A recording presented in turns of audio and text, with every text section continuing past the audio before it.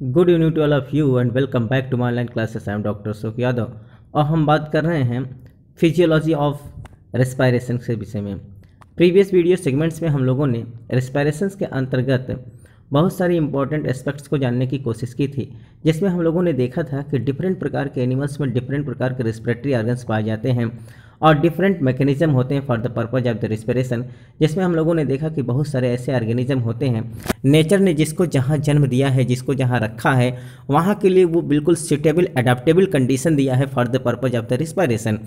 Aquatic animals जो होते हैं, जो जल में निवास करते हैं, उसके लिए नेचर ने वेल डेवलप्ड, बिल्कुल वेल ऑर्गेनाइज्ड ढंग से गिल्स बनाया है।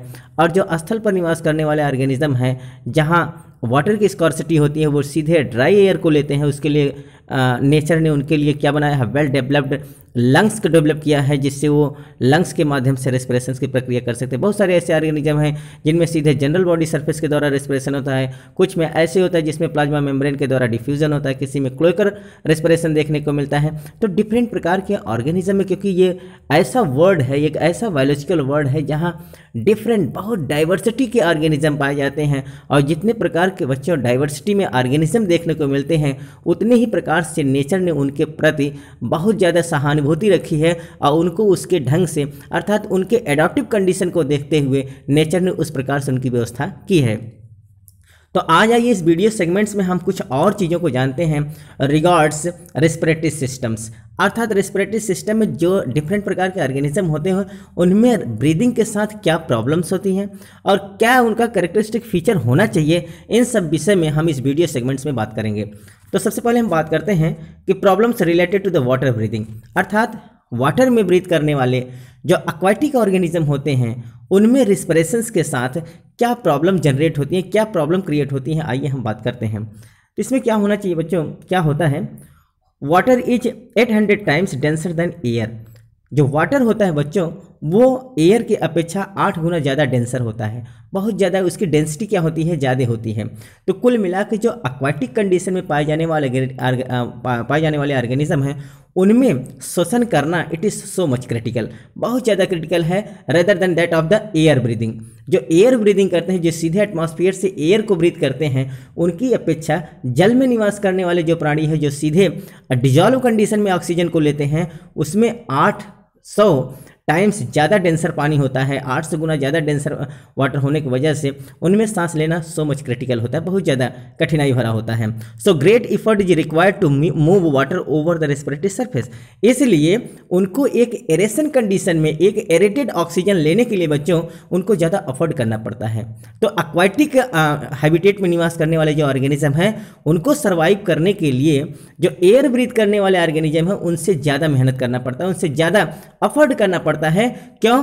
क्योंकि जो मछलियाँ या जो एक्वाटिक ऑर्गेनिज्म जल में रहते हैं बच्चों, या तो उनके बगल से वाटर करंट जाए, जो बार बार वाटर क्या हो रहा है, एरेटेड होता रहे, और या तो फिर उनको अपना फिन्स चलाकर बार बार वाटर को अपने गिल्स के ऊपर से पास कराना होता है। क्यों?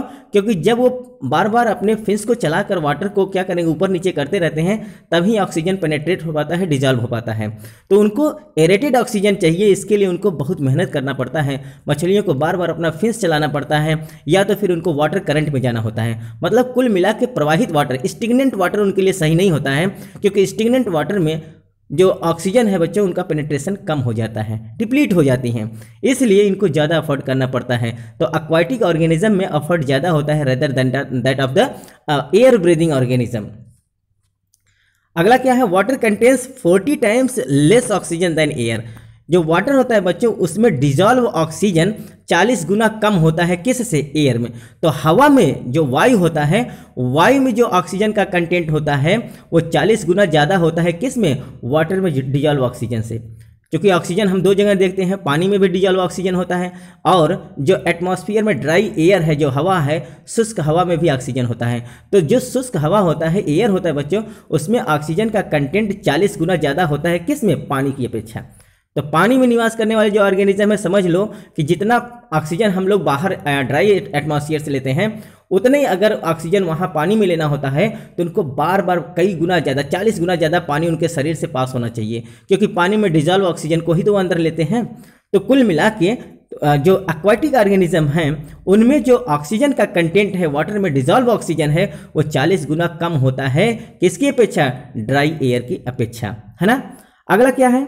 Oxygen diffuse very slowly through water.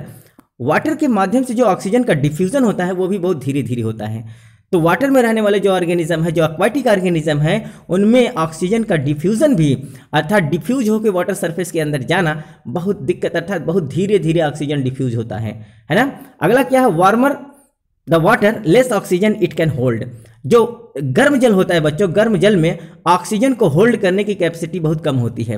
इसीलिए गर्मियों में जो ऊपर सरफेस पर रहने वाले जो ऑर्गेनिज्म होते हैं, एक्वाटिक ऑर्गेनिज्म, गर्मियों में जो पानी के ऊपरी सतह पर चलने वाले होते हैं बच्चों, जब पानी गर्म हो जाता है तो वो नीचे की ओर चले जाते हैं। क्यों? क्योंकि ऊपर के सरफेस में पानी गर्म हो जाने की वजह से जो ऑक्सीजन है वो क्या होता है? वो डिस्प्लाइट, मतलब स्प्लाइट हो जाता है, टूट जाता है, अर्थात वो कम हो जाता है, नष्ट हो जाता है।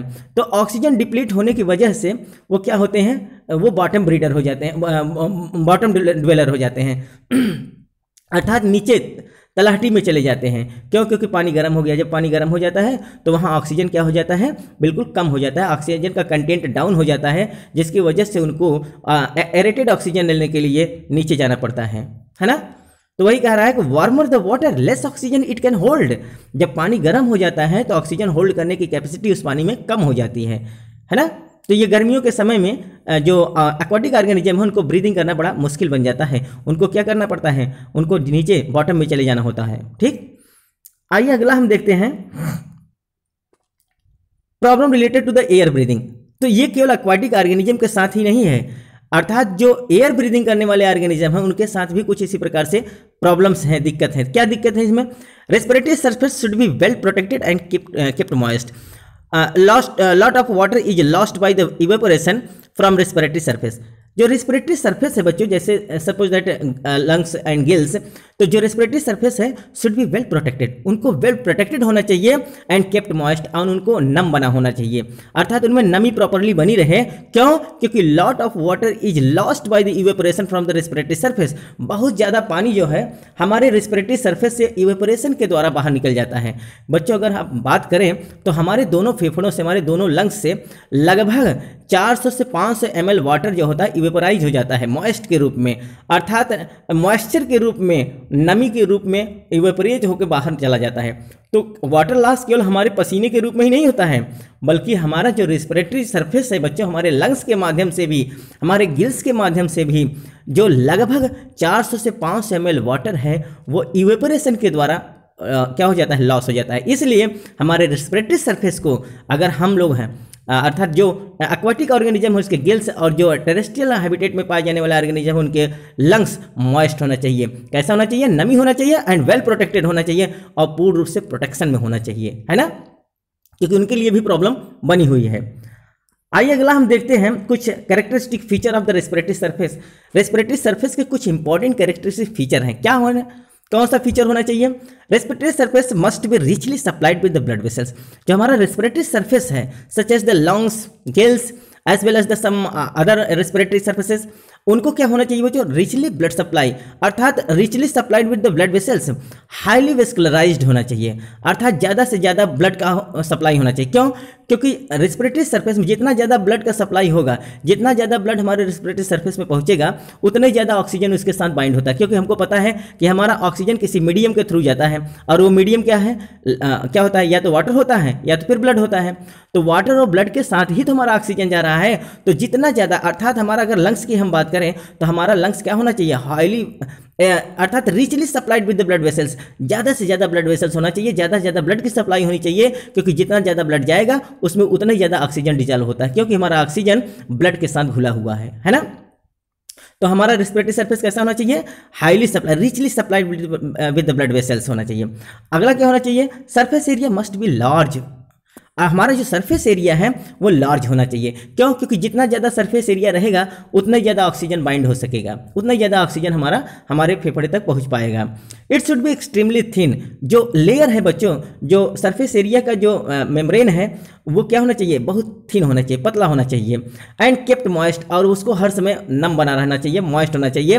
And it must be permeable to respiratory gases, और ये गैसेस के लिए परमिएबल हो, अर्थात जिससे आसानी से हमारे ऑक्सीजन और कार्बन डाइऑक्साइड के बीच में ट्रांसपोर्टेशन बना रहे, एक्सचेंज बना रहे, तो इनको परमिएबल होना चाहिए, है ना। हमारा जो रेस्पिरेटरी सरफेस है वो कैसा होना चाहिए, परमिएबल होना चाहिए। और किसके लिए, रेस्पिरेटरी गैसेस के लिए। And it should be direct contact with the environment, और इसको डायरेक्ट कांटेक्ट होना चाहिए इन्वायरमेंट के साथ, अर्थात इन्वायरमेंट के साथ इनका कॉन्टेक्शन क्या होना चाहिए, बिल्कुल डायरेक्ट होना चाहिए।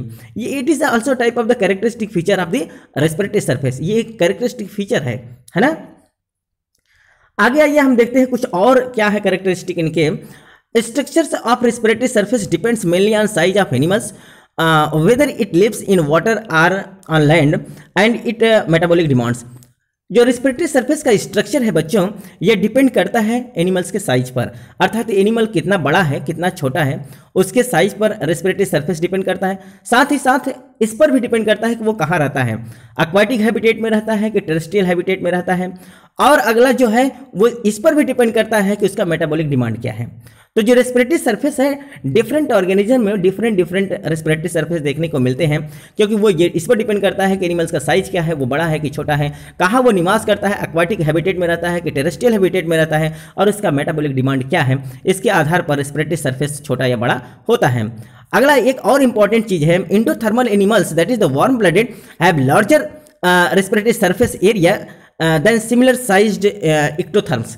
जो इंडोथर्मल ऑर्गेनिज्म होते हैं, जो वार्म ब्लडेड ऑर्गेनिज्म होते हैं बच्चों, उनका रेस्पिरेटरी सरफेस लार्जर होता है देन दैट ऑफ द इक्टोथर्म। जो कोल्ड ब्लडेड ऑर्गेनिज्म होते हैं, अर्थात सेम साइज के, अगर सेम साइज का कोई ऑर्गेनिज्म है, एक कोल्ड ब्लडेड है एक वार्म ब्लडेड है, तो वार्म ब्लडेड जो ऑर्गेनिज्म होगा उसका रेस्पिरेटरी सरफेस ज़्यादा बड़ा होगा rather than that of the cold blooded. तो जो इक्टोथर्म के एनिमल्स होंगे उनका रेस्पिरेटरी सरफेस कंपैरेटिवली छोटा होता है, किसकी अपेक्षा, इंडोथर्मल एनिमल्स की अपेक्षा। ठीक, it is so much important. आइए अब हम बात करते हैं कुछ स्पेशल रेस्पिरेटरी पिगमेंट के विषय में, कि डिफरेंट ऑर्गेनिज्म में डिफरेंट प्रकार के रेस्पिरेटरी पिगमेंट देखने को मिलते हैं। सबसे पहला है हीमोग्लोबिन। तो हीमोग्लोबिन क्या है बच्चों, ये एक आयरन कंटेनिंग पिगमेंट होता है, जो किस कलर का होता है, रेड कलर का होता है ना। Present in the RBCs in all vertebrates and dissolve in the plasma in annelids. ये जो हीमोग्लोबिन होता है बच्चों, तो जितने भी वर्टिब्रेट्स होते हैं उनके आरबीसी में ये घुला होता है। और अगर हम एनिलिड्स की बात करें तो फाइलम एनिलिडा के जितने भी ऑर्गेनिज्म हैं उनमें ये प्लाज्मा में घुला होता है। तो हीमोग्लोबिन क्या होता है बच्चों, एक मॉलिक्यूल हीमोग्लोबिन में हमारे ऑक्सीजन के 4 मॉलिक्यूल से बाइंड होते हैं। तो हीमोग्लोबिन हमारे कहाँ पाए जाते हैं, अगर हम वर्टिब्रेट्स की बात करें तो वर्टिब्रेट्स के आरबीसी में डिजॉल्व होता है, जबकि एनिलिड्स के प्लाज्मा में ये घुला होता है। अगला क्या है बच्चों, हीमोसाइनिन। ये हीमोसाइनिन क्या होता है, ये कॉपर कंटेनिंग पिगमेंट होता है जो ब्लू कलर का होता है, प्रेजेंट इन प्लाज्मा, जो प्लाज्मा में पाया जाता है मोलस्कस और क्रस्टेशियन अर्थात एक्वाटिक आर्थ्रोपोड्स में देखने को मिलता है। अगला है hemerythrin. It is also iron containing pigment होता है, इसमें भी आयरन कंटेन होता है और ये रेड कलर का होता है, present in the corpuscles in some annelids. कुछ एनिलिड्स के ये ब्लड कॉर्पसल्स में देखने को मिलता है। अगला है क्लोरोक्रूवरिन, जिसको ये भी क्या होता है, आयरन कंटेनिंग पिगमेंट होता है और ये ग्रीन कलर का होता है, प्रेजेंट इन प्लाज्मा इन पॉलीचीट्स। ये किस में पाया जाता है, पॉलीचीट्स के प्लाज्मा में देखने को मिलता है, सच एज द सेबेल्ला एंड सार्पुला, है ना। तो इन सब में देखने को जो मिलता है वो क्या है, क्लोरोक्रूवरिन। ये एक आयरन कंटेनिंग पिगमेंट होता है जो ग्रीन कलर का देखने को मिलता है। ये जो आप फिगर देख रहे हैं ये हीमोग्लोबिन का स्ट्रक्चर है, जिसमें 2 अल्फा एंड 2 बीटा चेन देखने को मिलता है ना। आइए अगला हम देखते हैं कुछ और रेस्पिरेटरी पिगमेंट। पहला अगला क्या है, पिन्नाग्लोबिन, जिसमें ये एक मैग्नीज कंटेनिंग रेस्पिरेटरी पिगमेंट होता है, ब्राउन कलर का होता है, प्रेजेंट इन प्लाज्मा इन सम मोलस्कन्स। ये कुछ मोलस्का के प्लाज्मा में देखने को मिलता है। Echinochrome, it is also type of the iron containing pigment which is red in colour. ये रेड कलर का होता है, किस कलर का होता है बच्चों, रेड कलर का होता है, present in coelomic fluid of the sea urchin अर्थात इकाइनस जो सी अर्चिन होता है उसके सिलोमिक फ्लूइड में पाया जाता है। अगला है वेनेडियम। ये यूरोकोडेट्स के जितने भी ऑर्गेनिज्म होते हैं उसमें vanadium as a respiratory pigment होता है। अर्थात अगला क्या है बच्चों, मालपेडिन। ये भी इकाइनोडर्म्स में पाया जाता है, जैसे holothurians that is the sea cucumber में ये मालपेडिन, it is a type of the respiratory pigment, है ना। आइए अब हम देखते हैं मायोग्लोबिन क्या होता है। मायोग्लोबिन क्या होता है, it is a red colour. ये एक red colour oxygen storing pigment in red muscles fibre. Red muscles fibre में ऑक्सीजन स्टोरिंग एक पिगमेंट होता है जो रेड कलर का होता है। One molecule of the myoglobin combines with one molecules of the oxygen. Myoglobin का एक मॉलिक्यूल्स ऑक्सीजन के एक मॉलिक्यूल्स के साथ बाइंड होता है, जबकि आपको पता है कि हीमोग्लोबिन के एक मॉलिक्यूल के साथ ऑक्सीजन के 4 मॉलिक्यूल बाइंड करते हैं, है ना। It's dissociation curve is hyperbolic. इसका जो डिसोसिएशन कर्व होता है वो कैसा होता है, हाइपरबोलिक होता है। It passes oxygen from blood to mitochondria directly. इसमें ऑक्सीजन जो होता है ब्लड से माइटोकॉन्ड्रिया तक डायरेक्टली पास करता है ना। इसमें ऑक्सीजन क्या होता है, ब्लड से माइटोकॉन्ड्रिया तक बिल्कुल डायरेक्टली पास कर देता है, पास हो जाता है। ठीक, आपको पता होगा कि आप white muscles fibre, red muscles fibre अगले लेक्चर में पढ़ेंगे। जब आप फिजियोलॉजी हम पढ़ाएंगे तो आपको इसके विषय में बता देंगे, है ना। तो 2 मसल्स फाइबर है, red muscles fibre as well as the white muscles fibre. तो रेड मसल्स फाइबर क्या होता है, ऑक्सीजन स्टोरिंग पिगमेंट होता है। इसके एक मॉलिक्यूल से एक मायोग्लोबिन के एक मॉलिक्यूल से ऑक्सीजन का एक मॉलिक्यूल्स बाइंड करता है। ठीक, it is so much important. आइए अब हम बात करते हैं फेजेस ऑफ इनडायरेक्ट रेस्पिरेशन। जैसा कि आपको पता है, प्रीवियस वीडियो हमने बताया था कि रेस्पिरेशन एक डायरेक्ट रेस्पिरेशन होता है कि इनडायरेक्ट रेस्पिरेशन होता है। डायरेक्ट रेस्पिरेशन वो होता है जिसके लिए किसी सरफेस एरिया के रेस्पिरेटरी सरफेस की आवश्यकता नहीं होती है, उसमें ब्लड के ट्रांसपोर्टेशन की आवश्यकता नहीं होती है। और जो इनडायरेक्ट रेस्पिरेशन होता है इसमें हमको ट्रांसपोर्टेशन के लिए ब्लड की आवश्यकता होती है और साथ ही साथ यहाँ एक रेस्पिरेटरी सरफेस की आवश्यकता होती है। तो आइए बात करते हैं फेजेस ऑफ इनडायरेक्ट रेस्पिरेशन में क्या होता है। इनडायरेक्ट रेस्पिरेशन है 2 फेजेस। इनडायरेक्ट रेस्पिरेशन के 2 फेज होते हैं, external respiration as well as the internal respiration, है ना। अर्थात इनडायरेक्ट रेस्पिरेशन में जिसमें हम लोगों में फेफड़ा पाया जाता है, ब्लड पाया जाता है, तो यहाँ 2 प्रकार के रेस्पिरेशन आपको देखने को मिलेगा, एक एक्सटर्नल रेस्पिरेशन और दूसरे को कहते हैं इंटरनल रेस्पिरेशन। इंटरनल रेस्पिरेशन का दूसरा नाम क्या होता है, टिश्यू रेस्पिरेशन, है ना, या फिर सेलुलर रेस्पिरेशन भी कहते हैं। तो आइए बात करते हैं they are proceeded by the breathing और वेंटिलेशन। अर्थात ये जो इनडायरेक्ट रेस्पिरेशन की प्रक्रिया होती है इसको हम ब्रीदिंग या वेंटिलेशन कहते हैं। क्या कहते हैं, ब्रीदिंग। जो हम एक बार सांस लेते हैं अंदर और फिर छोड़ते हैं इसको हम एक ब्रीथ कहते हैं, है ना। तो ब्रीदिंग या वेंटिलेशन है क्या बच्चों, ब्रीदिंग या वेंटिलेशन 2 होता है, एक होता है इंस्पायरेशन, दूसरा होता है एक्सपायरेशन। जब हम एक ब्रीद लेते हैं अर्थात 1 मिनट में हम 12 बार ब्रीथ करते हैं। जो नॉर्मल एक हेल्दी पर्सन होता है वो 1 मिनट में 12 बार ब्रीथ करता है और एक ब्रीथ करने में जो समय लगता है बच्चों वो 5 सेकंड लगता है। 3 सेकंड का समय सांस अंदर लेने में लगता है और 2 सेकंड का समय सांस बाहर छोड़ने में लगता है। तो जो हम सांस अंदर लेते हैं उसको हम क्या कहते हैं, उसको हम इंस्पायरेशन कहते हैं, और जब सांस छोड़ते हैं तो उसको हम एक्सपायरेशन कहते हैं। तो इंस्पायरेशन और एक्सपायरेशन दोनों को मिलाकर हम ब्रीदिंग या वेंटिलेशन कहते हैं। ठीक, तो ब्रीदिंग या वेंटिलेशन है क्या, it is a mechanical process which brings in fresh air या water into respiratory organs and takes out foul air और वाटर। ये एक प्रकार का मैकेनिकल प्रोसेस होता है जिसमें क्या होता है, which brings in fresh air and water. जो क्या होता है, फ्रेश एयर वाटर से हमारे रेस्पिरेटरी ऑर्गन्स तक जाना और फिर हमारे रेस्पिरेटरी ऑर्गन्स से फाउल एयर जो होता है वो हमारे फिर एयर या वाटर में छोड़ देना, है ना। अर्थात इन्वायरमेंट से सीधे ऑक्सीजन को अंदर लेना अपने रेस्पिरेटरी सरफेस में, रेस्पिरेटरी ऑर्गन्स में, और फिर रेस्पिरेटरी ऑर्गन से फाउल ऑक्सीजन कार्बन डाइऑक्साइड को बाहर निकालना। इस पूरी प्रक्रिया को हम क्या कहते हैं, ब्रीदिंग या वेंटिलेशन कहते हैं। It involves exchange of the air between the respiratory organs and surrounding medium. इसमें क्या होता है, गैसों का आदान प्रदान होता है सीधे इन्वायरमेंट से हमारे रेस्पिरेटरी ऑर्गन तक और फिर हमारे रेस्पिरेटरी ऑर्गन से सीधे इन्वायरमेंट तक, है ना। अर्थात अगर एक्वाटिक ऑर्गेनिज्म है तो वाटर से लेकर उसके रेस्पिरेटरी ऑर्गन्स तक और रेस्पिरेटरी ऑर्गन से लेकर वाटर तक। अगर टेरेस्ट्रियल इनहेबिटेट में रहने वाला ऑर्गेनिज्म है तो इसमें क्या होता है कि इनटेक ऑफ द गैसेस अर्थात intake of the oxygen from the environment to the lungs and lungs to the environment, है ना। इस पूरी प्रक्रिया को हम क्या कहते हैं, वेंटिलेशन या फिर ब्रीदिंग कहते हैं। ठीक, आइए अगर हम बात करें एक्सटर्नल रेस्पिरेशन क्या होता है, it involves exchange of the oxygen respiratory gases between the blood and inhaled oxygen air and water at the respiratory surface. इनमें क्या होता है, रेस्पिरेटरी गैसेस का एक्सचेंज होता है कहाँ से, between blood and inhaled air.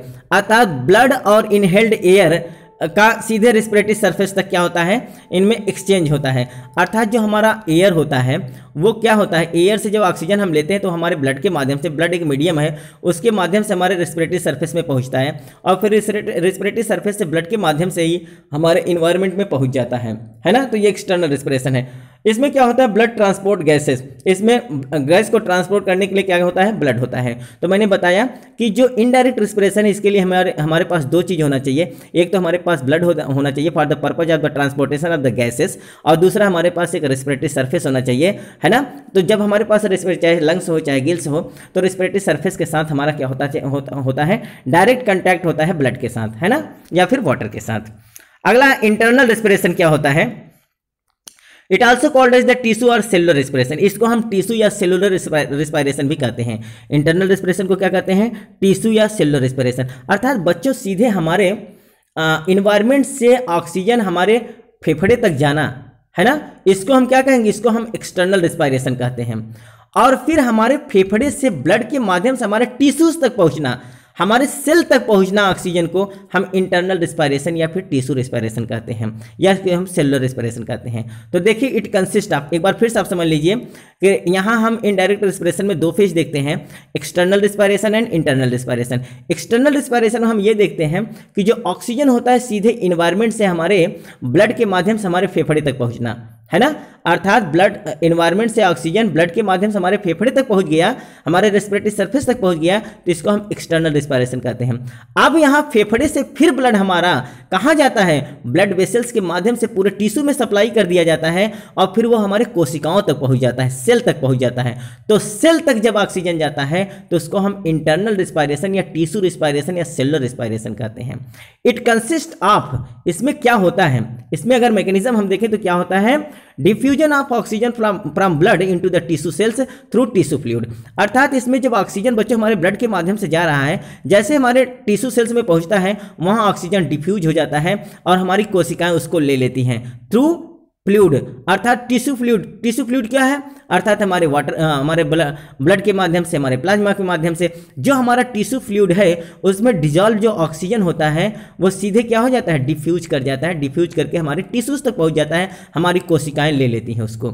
अगला क्या होता है, enzymatic breakdown of nutrients producing carbon dioxide, water and energy. वहाँ क्या होता है बच्चों, जैसे ही ऑक्सीजन हमारे सेल के पास पहुंच जाता है तो सेल के माइटोकॉन्ड्रिया में, कहाँ, सेल के माइटोकॉन्ड्रिया में, वहाँ क्या होता है, एरोबिक रेस्पिरेशन होता है, और वहाँ कुछ एंजाइम क्या करते हैं, वहाँ कैटाबोलिक प्रोसेस करते हैं। वहाँ जो हमारा फूड स्टेप्स है, वाटर है, वो ऑक्सीजन के साथ क्या होता है, ऑक्सीडाइजिंग हो जाता है, और अल्टीमेटली क्या प्रोड्यूस करता है, कार्बन डाइऑक्साइड, वाटर और एनर्जी।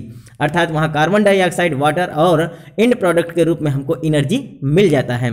तो वहाँ क्या होते हैं, कुछ एंजाइम होते हैं और वो हमारे फूड स्टेप्स का कैटाबोलाइज कर देते हैं, फूड स्टेप्स का ऑक्सीडेशन कर देते हैं, और यहाँ ज़रूरत होता है ऑक्सीजन की। तो ऑक्सीजन हमारे फूड स्टेप्स को ब्रेकडाउन करने के लिए भी उपयोगी होता है, जो हमको एनर्जी प्रोड्यूस करता है। अगला क्या होता है, स्टोरेज, अर्थात जो एनर्जी निकली वो स्टोर होती है। कैसे, तो storage of part of liberated energy in phosphate bonds of ATP. अर्थात जो एनर्जी लिबरेट हुई है after the breakdown of the food steps, अर्थात कैटाबोलिक प्रोसेस में फूड स्टेप्स के ब्रेकडाउन होने के बाद जब कार्बन डाइऑक्साइड, वाटर और एनर्जी निकला है तो ये एनर्जी स्टोर कर ली जाती है in the form of the ATP. ATP के रूप में एनर्जी हमारे शरीर के अंदर क्या होती है, स्टोर रहती है, जो time to time phosphate bond के रूप में टूटकर हमको एनर्जी मिलती रहती है।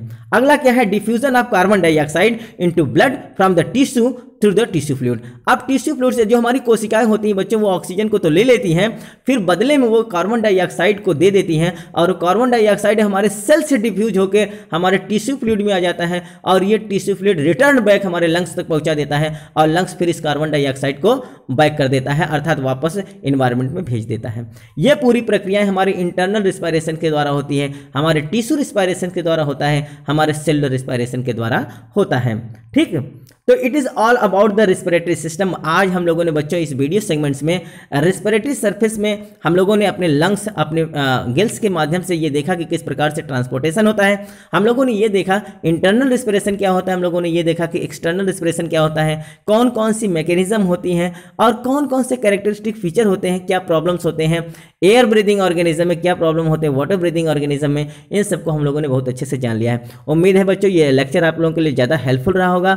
अगर बच्चों ये लेक्चर आपके लिए ज़्यादा हेल्पफुल हो तो ज़्यादा से ज़्यादा हमारे चैनल को सब्सक्राइब करें, लाइक करें, शेयर करें अपने यार दोस्तों में, जिससे उनकी भी तैयारी सुचारू रूप से चल सके। अगर बच्चों आप हमारे नए व्यूअर्स हो, सबसे पहले बेल आइकन को प्रेस करें, जिससे जो हमारे नए नोटिफिकेशन है वो आपके पास तक पहुंचते रहें।